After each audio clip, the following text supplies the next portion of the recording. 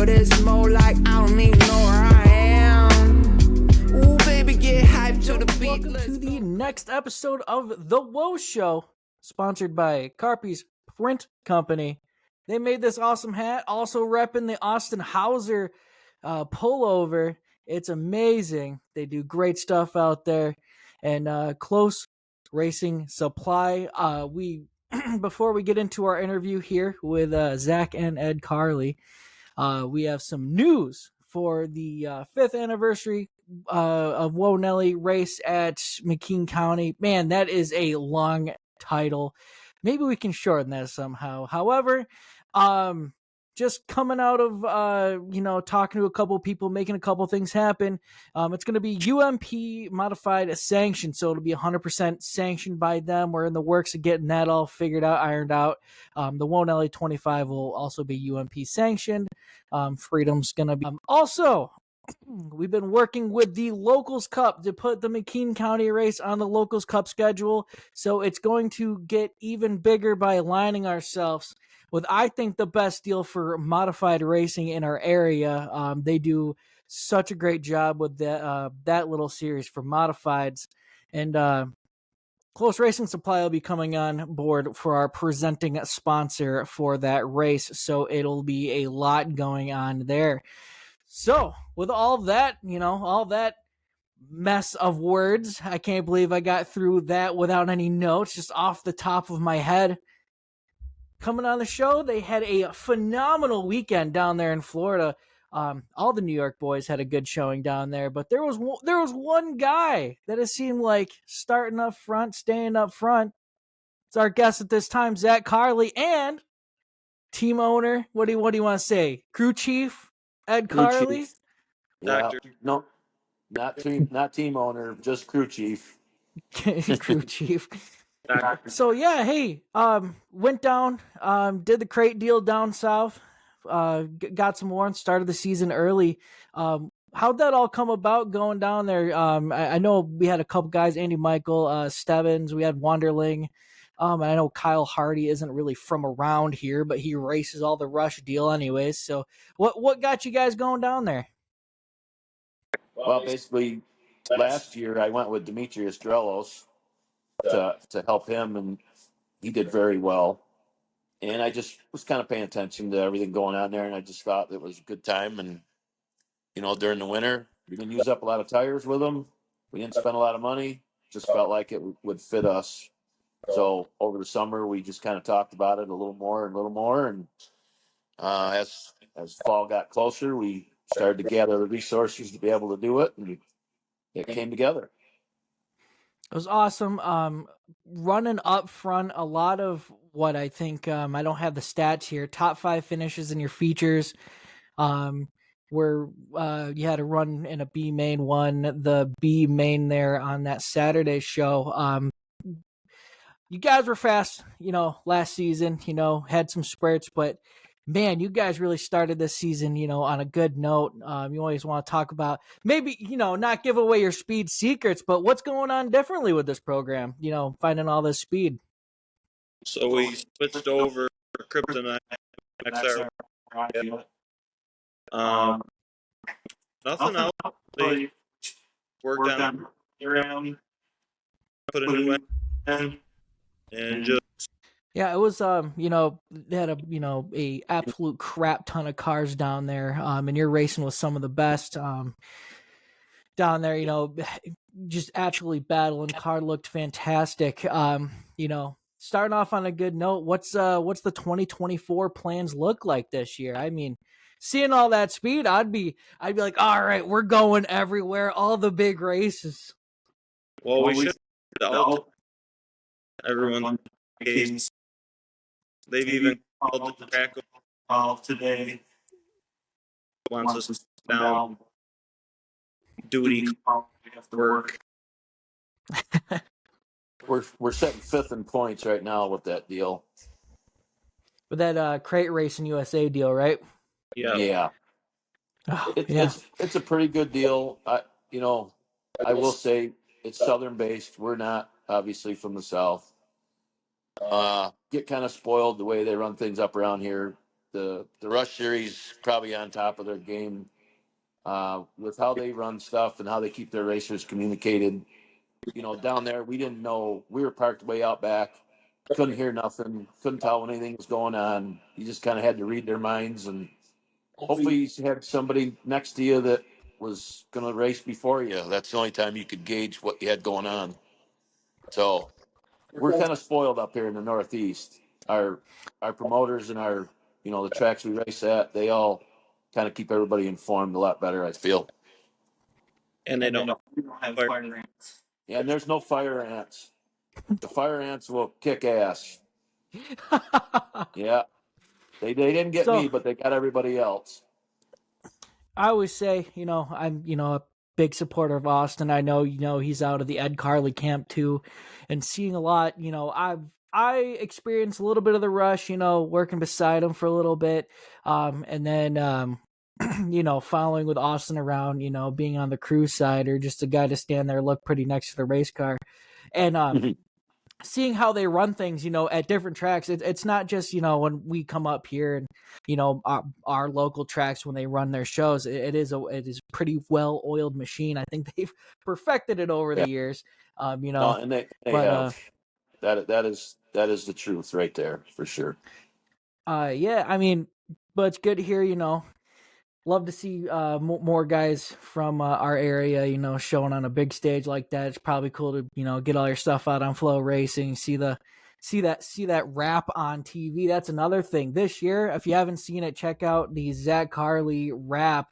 I know I don't know if I said this on our Facebook or not. I think early rap of the year contender. Who does your raps? That would be Kevin Morris, Star Graphics. Did a fantastic job on that bad boy. So yeah, going into the more regional area, are you guys gonna pick and choose kind of schedule for the Rush Tour? You know, I know you guys hit a lot of local races. You know, Zach, you were running that street stock too that you picked up that win last year with too. So what's that gonna all look like? So I think three stops in Florida for 8 days. So So Connor and the tour. we're just seeing where it all. Yeah, I think last year when or not last year, but when what year was it when Logan Robinson, I always get the last name. He's like he won that first race of the year or whatever down there for Battle of the Bays. He's like, I didn't even think we had a chance of doing anything, and all of a sudden, you know, he gets in that points battle with Jeremy there at the end, which was exciting to watch. He didn't even think about traveling up until then, so it's, you know, it's always nice to see that. And plus, now that Rush isn't doing that Battle of the Bays, it's a little bit better for guys up here to start checking out the series a little bit more. So that's always good. What else did I have for you guys? Like I said, very unprofessional podcast here. Other things, you know, out of going down there, what kind of experience, you know, tips, maybe things that you guys learned down there that you're bringing back home? Again, you don't gotta share all the secrets, but what you know, what did you guys add to the notebook that you maybe found? Well, the big thing is you know, we were racing with guys that race 8, 10, 12 months out of the year, and that's really tough to beat. But I felt like we showed a lot of speed right out of the box. Obviously, we had a brand new car, brand new motor, everything was new on it. Zach did his job driving. The biggest thing I think that's going to come out of this is qualifying for him. He knows that we got to get qualified better up here, and he showed that in Florida that he can qualify good. So we need to continue that. That'll save me a lot of work through the night. Yeah, trying to carve your way up through the back of a heat. There's some of these places that, you know, I love all the guys around here, but some nights are real long nights at the track, especially if you're trying to make your way up through the field. Yeah. So that'll be good. It'll be good to see you guys, you know, hopefully carry that speed through the season. You know, making that change over to Rocket. Was there anything, you know, why going from Kryptonite to Rocket? Any specific changes, you know, did you guys see that made that choice? Not really. We have a guy that Paying paid the the bills. He wanted to like it, and that's where we had to go. It's good. I know around here it's a lot of the modifieds are kryptonite chassis. It's starting to catch on. It seems like a few will show up and a few will disappear every so often. So it's always interesting to see you go down not like south, but you go to like West Virginia and stuff like that, where that's the home of kryptonite. Those things are more common down there than anything else. So they got those speed on those little tiny tracks down there too. So hey, before we wrap this all up, plug all the people that make everything happen, all your sponsors. So So first, I currently was feel bullshit. I watched the wood. Garrett, Steven, RCC. He took the car apart. It's Florida RCC. Ford CC. It's a roller compacted concrete company. So if you're looking to have a driveway done or whatnot, you don't want to use blacktop or you don't want somebody to come in and pour a concrete slab. They do this roller compacted stuff that it lays down as a part moist base and it hardens. There's no finish work or nothing. They roll it in like blacktop and it dries. So that's what they do. The blend company, which is kind of affiliated with Garrett through RCC, they build portable concrete plants. So if you're, a throughway job or something where they can't haul trucks from far away, they put up these portable stations and they just pour miles of road. And then they can tear it down and move it, say 50 miles down the road and start all over again. So that's how they're affiliated. That's all Garrett. Garrett he's done a lot of that PR work there to get those people and the Aaron that's on the roof. They do the same thing. They just have one company does real big plants and then Aaron does the small plants. And they all work together. So it works out good. They love what we do. Uh, we didn't really dive in hard with them to get started, but they're really coming on board and wanting more and they want to do more. So I think we impressed them in Florida, which that was our goal. So we got Rocket, obviously. Genesis Shacks. Yep. FC Powder Coating. Joe Chamberlain Construction. RA Wise Truck. Empire Crushing. And Iron Things. And Bearing Down. And none of this would have been possible without any of them. Like, it was crazy. We got that snowstorm, and we had people, that bought plane tickets. They're going down on vacation. They're coming to the races. They're doing whatever to support us. And then all of a sudden, the weather went to total shit, and everybody's like, "Fuck it, we're driving." And every person showed up. It was crazy. There was like 30 people in our pits at Volusia the one night, driving me nuts. Couldn't even get in the trailer, but they're all there to support us, and that's just the way it was. It's crazy, but we couldn't do it without any of them. They're all a huge deal here. It's always good to see supporters and sponsors be like that. Especially after when the results start rolling in and people start coming to you. I found that not that I'm on the racing side, but when I started this this little shindig, all of a sudden people started showing up. Oh, hey, hold on, what's this guy doing over here? So hopefully those results keep going and the supporters keep coming. I think that's the big part of trying to get racing off the ground again.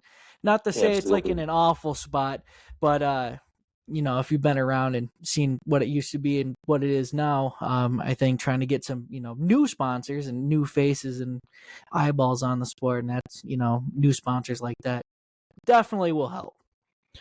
Yeah, and when you run good, everybody's happy, obviously, when you run good. And, we're not going to do anything any different.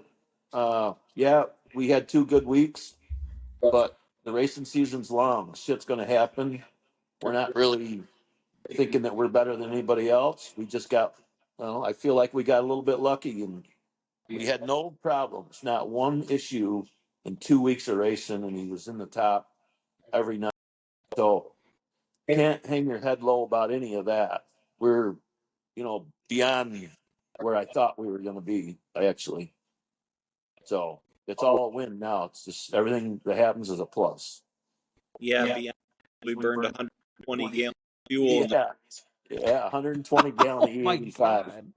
Oh yeah, Oh my god. yeah. Shoot. That was, they make you run the same 4 tires all night long, which is good because we spent all night putting fuel in the goddamn thing. That's not cheap either. Oh my, and it's not like you guys were running these long formats. You would qualify and then, run your feature or you run your B main. I really like that. You time trial and then you feature. In a big race, I like that format because you don't get tore up. If you qualify good, you earn that spot up front, and if you're up front, usually there's not a lot of carnage. The racing was hard and people were rubbing on one another, but they weren't blatantly taking you out. So it worked out. I mean, for those, I know I was perusing Facebook. I had a lot going on. I try to pop in as much as possible, trying to, keep an eye on you guys and, some other guys from up here. But a lot of guys were complaining that the races were getting kind of long, and I was like, oh, you guys, you know how it is. When you have, 60 or 70 or however many, it was a ton of cars. It's going to happen. 91 at East Bay. 91. East Bay had 91 604s, and they had like 50 street stocks. And by the way, them are not street stocks. Okay? The dude next door to us had about a $750,000 motorhome with a fucking stack trailer, and they roll out one street stock. And they were all over the pits down there like the fire ants. Yeah, it was crazy. It's not like Yeah, I don't understand. I mean, I know we're from New York, but the rest of the country don't know anything about the economy. They don't even give a goddamn. They're just racing. As long as you don't shut off their fuel supply and their tires, they're racing. They I know those street stocks down there are definitely not like how our street stocks are up here, for dang sure. They're limited lanes. They're limited late. Yeah. They're limited lanes. It's crazy. I watch how they race. The car, the attitude of the cars and the geometry of them things they're not street stocks no more. But that's what they're calling them, and that's what you got to deal with. That's why that class is not going to survive around here because of that. They're too much money, and no one around here can afford $50,000-$60,000 street stocks. There's a couple, but not 25 or 30 to fill the fields. That makes it hard. Oh, man. Yeah, I don't think I paid much attention to the street stock stuff. I just tried to tune into the late model stuff. Just to watch the guys that I know. I was kind of being such a home team guy, just only watching, nobody's in this race, I'm turning it off. Yeah. So all right. There was a lot of cool people, all the guys from up here that went down. That was cool to race with everyone. So we're going to wrap this up. Thank you guys for joining us. Good luck for the rest of the season. I know I'll see you guys a ton between, just the local tracks and all my running all over. Hopefully we get to see you guys, keep being on that big stage, being up front. It's always good to see the Carley brand back up front again. So thank you guys for coming on, and we will see you guys next time. Well, thanks for having us. Yep, thank you. See you later. Yeah, in the front row, kicking back old school tracks like damn.